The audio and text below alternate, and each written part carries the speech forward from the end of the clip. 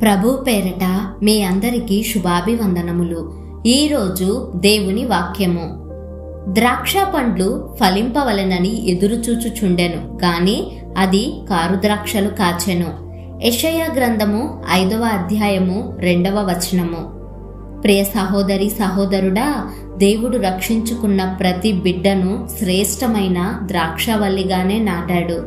కానీ మనం మంచి ద్రాక్ష పండ్లను కాయలేకపోతున్నాం. కారు ద్రాక్షలు కాస్తున్నామని దేవుడు బాధపడుతున్నారు, మనల్ని హెచ్చరిస్తున్నారు. ఆత్మదేవుణ్ణి కలిగిన మనం ఆత్మఫలాలైన ప్రేమ, సంతోషం, సమాధానం, దీర్ఘశాంతం, దయాళుత్వం, మంచితనం, విశ్వాసం, సాత్వికం, ఆశానిగ్రహం అనే ఫలాలను ఫలించాలి. అలా ఫలించి దేవుని ఆత్మలో మనం ఎదగకపోతే దేవుడు మనల్ని తీసి పారవేస్తానంటున్నాడు. దేవుడు రెప్పపాటు కాలం మన నుండి ముఖం తిప్పుకుంటే మనం ఏమైపోతాం? దేవుడు తన నుండి మనల్ని తీసివేస్తే నిత్య నరకమే కదా మనం వెళ్ళేది. ప్రియ స్నేహితుల్లారా, ఒక్కసారి మనల్ని మనం పరీక్షించుకుందాం. దేవుని ప్రేమను, ఆయన సహనాన్ని, ఆయన కృపను మనం నిర్లక్ష్యం చేస్తే దేవుని ఉగ్రత నుండి మనల్ని తప్పించగలవారు ఎవరున్నారు? పాపం ఉన్న చోట పరిశుద్ధాత్మ దేవుడు నివసించలేడు. పాపంతో నిండిన వ్యక్తి ప్రార్థన చేయలేడు. చివరిగా దేవుని నోట నుండి ఉమ్మివేయబడతాడు.